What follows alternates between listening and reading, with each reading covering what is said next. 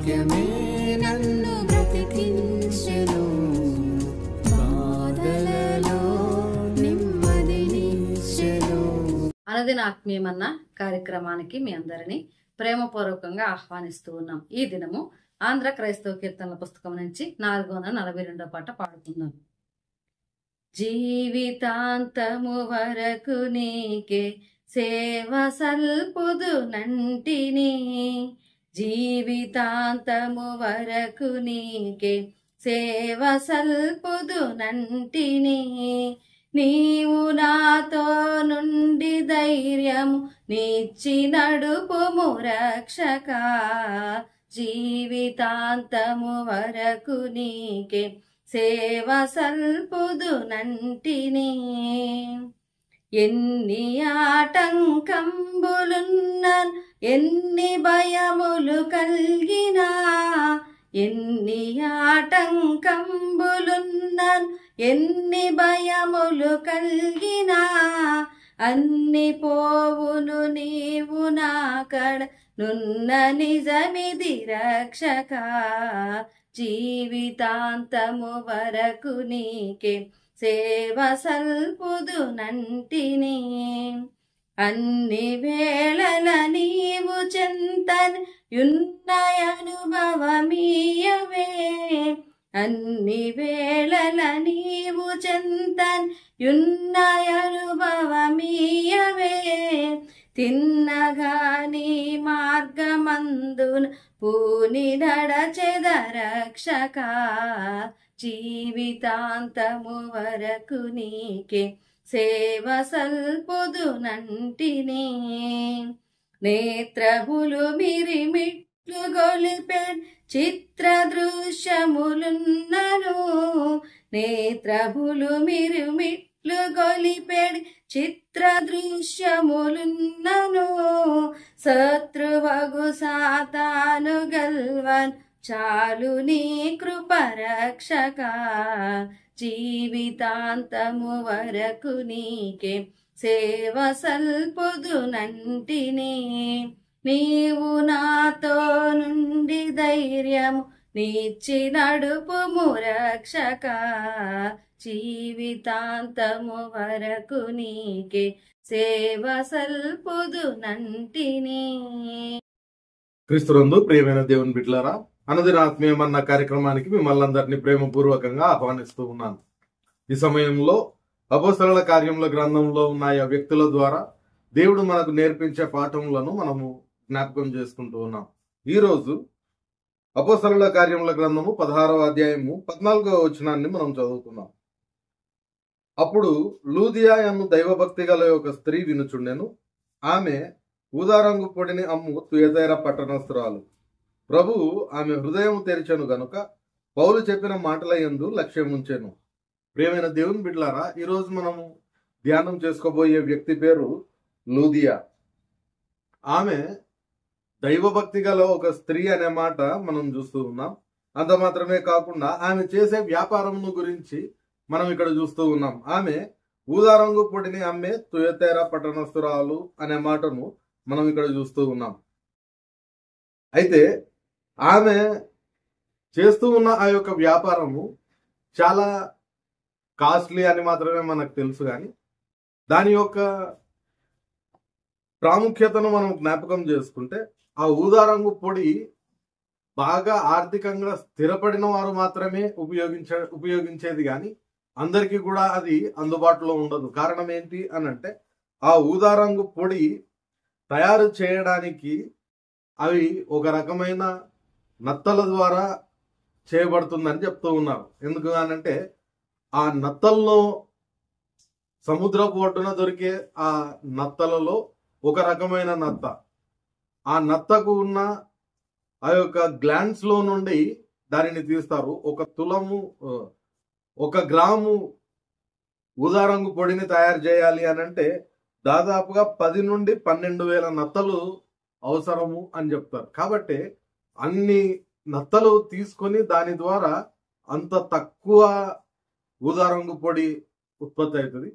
అటువంటి కాస్ట్లీగా ఉండే ఆ ఊదారంగు పొడిని ఈమె వ్యాపారం చేస్తూ ఉంది. కాబట్టి అది చాలా ఖరీదైనది.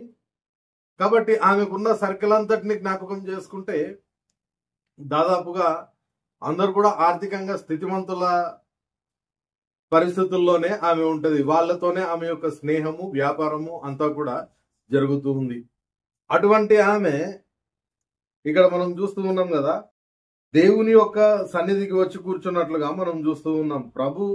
ప్రభువు ఆమె హృదయమును తెరిచెను గనుక పౌలు చెప్పిన మాటల యందు లక్ష్యం ఉంచెను అనే మాటలు మనం చూస్తూ ఉన్నాం.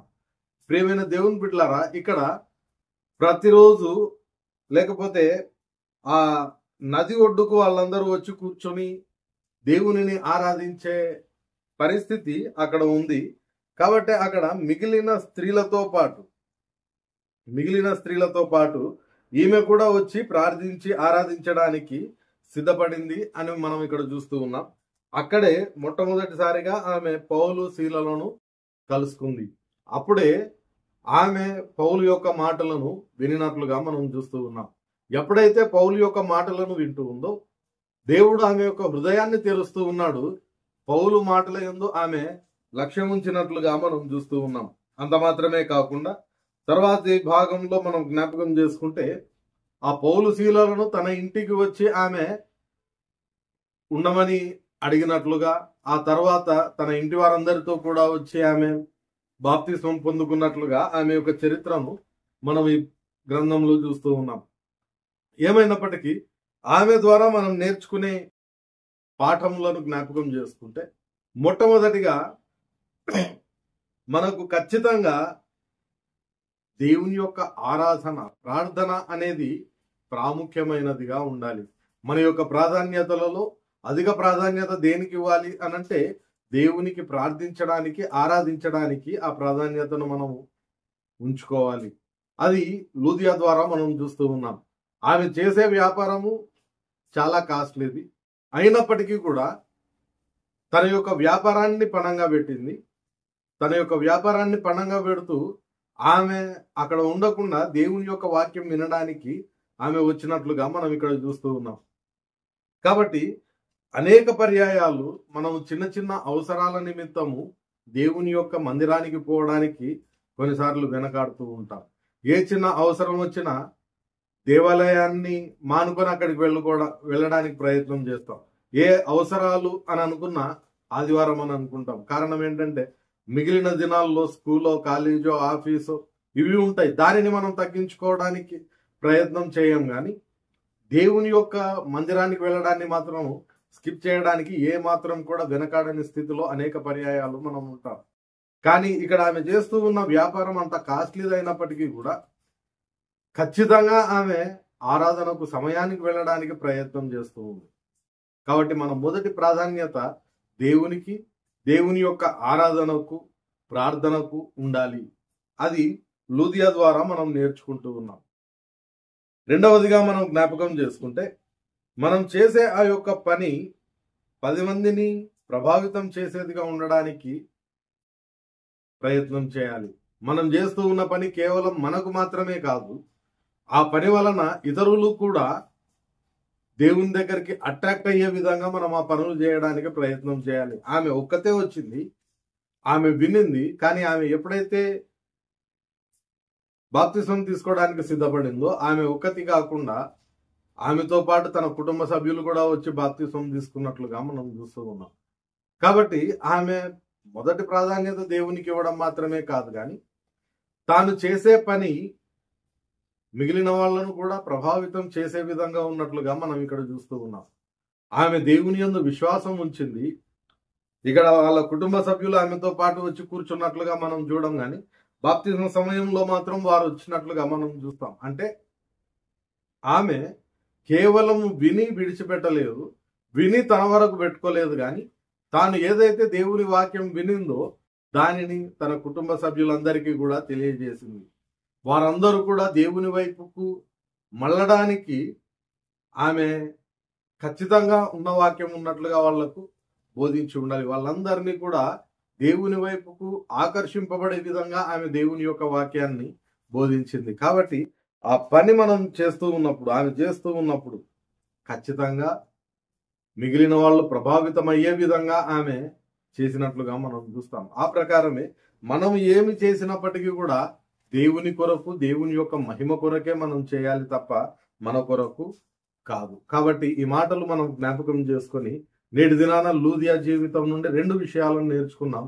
దేవుని చిత్తమైతే రేపటి దినాన మరికొన్ని విషయాలను నేర్చుకోవడానికి ప్రయత్నం చేద్దాం. పరిశుద్ధాత్మ దేవుడు సహాయం దయచేయును గాక. ప్రార్థన చేసుకుందాం. పరిశుద్ధుడైన దేవా, ప్రేమగల మా తండ్రి, మరొక పర్యాయము నేటి దినాన లూదియా ద్వారా మాతో మాట్లాడిన విధానంను బట్టి నీకు వందనాలు చెల్లించుకుంటూ ఉన్నాం. ప్రభువా, నీ యొక్క వాక్యంను వినడానికి నీ దాసురాలికి ప్రభువా మీరు ఇచ్చిన శ్రేష్టమైన తలంపును బట్టి, నడిపింపును బట్టి నీకు వందనాలు చెల్లించుకుంటూ ఉన్నాం. తన యొక్క వ్యాపారాన్ని, కుటుంబాన్ని ప్రభువా ఆమె విసర్జించి నీ సన్నిధికి చేరుకుంది. ప్రభువా, నీ వాక్యంను విని ప్రభువా తాను విశ్వాసం ఉంచిన సందర్భాన్ని మేము జ్ఞాపకం చేసుకున్నాం. అటు రీతిగా మేమును అనేక పర్యాయాలు నీ వాక్యం వింటున్నప్పటికీ తగిన మార్పు ప్రభా మాలో లేదు. కృప చూపించండి. ఇటు వాక్య ప్రకారము ప్రభా మా జీవితాన్ని మలుచుకునే కృపను మాకు దయచేయమని వేడుకుంటూ నేటి మధ్యన కార్యక్రమాలన్నింటిలో మీరే తోడుగా ఉండి క్షేమకరంగా నడిపించమని, నిశ్చితమైతే ప్రభా రేపటి దినాన మరొక పర్యాయము నీవు అనుగ్రహించే ఈ అనుదినాత్మీయమన్న రుజించు కృపను మాకు దయచేయమని యేసు నామమున ప్రార్థిస్తున్నాం తండ్రి. ఆమేన్. తండ్రి, కుమార, పరిశుద్ధాత్మ త్రియేక దేవుని సకల దీవెనలు సదాకాలం మనకందరికి తోడైంది నడిపించును గాక. ఆమేన్.